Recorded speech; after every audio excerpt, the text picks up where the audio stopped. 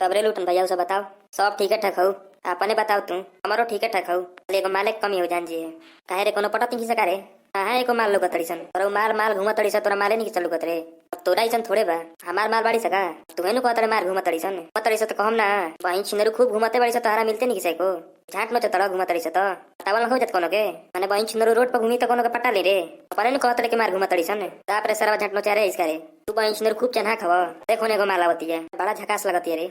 और सही तो मार घूमल चला तड़ीसन। अरे भाई तोर बड़ा नजर तेज हो वहीं सर सुअर के दूध पीला तू कहेगा सुअर के दूध पिए रे सर उहाँ खावा तेज रही कहे बहिन छिनारा काला रहा जाए सुअर के दूध पिए तो तोरे रे बहिन छिनारा काला रहा जाए बहु लड़ शेर के कुछ ना होला झाट धड़े के ठेकाने ना बहिन छिनरू शेरे बने लगल। चल चल माल के देख मालावती है जौना के हो रानी हमारा से ना फंसबू जोरे बहिन छिनारा सही लईकी फंसली सरे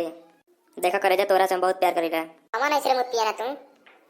जान मार लऊ नु तोर प्यार में करे जा अंधा बानी आज बहुत जूता का पार तन नतिया सोच ली रे आए रानी से बोला तड़ू छिनारा हम आइल बन मुठ मारे रे हम तोरा से प्यार करेला करे जा भोसड़ी वाला तू चुपचाप रहबे कि ना रे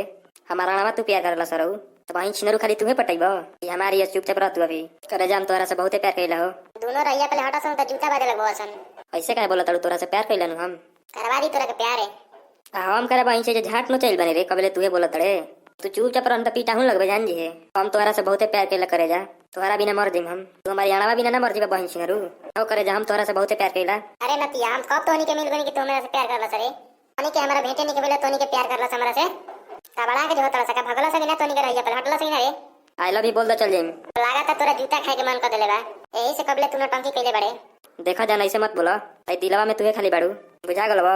मार का चुतरिया में बड़ी रे बहिन छिनरा हमारो दिल में बड़ू तू करे जा भाई दिलवा खाली तोहरे खाती धड़केला ढेर दिल दिल के ले बड़े नतिया दिलवे धके नो चले बन जान जी है नो चला बहिन छिनरा खाली दिल दिल के लेबा ये बेटा कम बोल पापा नंबर उमर द करे जा बातचीत होई ना हो करे जा हमार नंबर ले तो हमारा से बातचीत करी हो दोनों एकदम नतिया दोगले बड़ा सका रे बिना लाज जूता खिले ना माने लसन तोनी से कौन रे नतिया लड़की पटी रे काहे करे जा कोनो लड़की बेटा जी त कह देबे प्यार कइला हम तोरा से देखते बाड़ू तू रे मुत्तिया ना कम बड़े बहिन छिनरू कबेले बोला तन बोला एकरो के मुंह बन गाणु से नगरो बहिन छिनरा कबेले बेटू गण का तड़ अरे मुत्तिया ना हटा सना त मरबो कत मो सकते हली ऐसे काहे कह तड़ू करे जा अपन नंबर उमर द बात करे के होई हमार जूती ले बे जूती से काहे करे जा पार तो बजाइए अच्छा रोक जा सावत हमार बॉयफ्रेंड कौन बॉयफ्रेंड होगे अच्छा बात तो पता चले बहु कौनिए का वसर बहिन छिनरा खूब हमारा के बोला तड़ा सही चल भागा सही जैसे ठीक भाई जाता नहीं जा चल रे साला चल नतिया कबे हमारा के तंग के ले रहसन ठीक बजा घर अब ठीक बजा तनी ठीक बात भाई चैनल के सब्सक्राइब कर दे वीडियो अच्छा लगा रही तो लाइक कमेंट शेयर कर दे जा ठीक बात मिलते हैं अगला वीडियो में थैंक यू।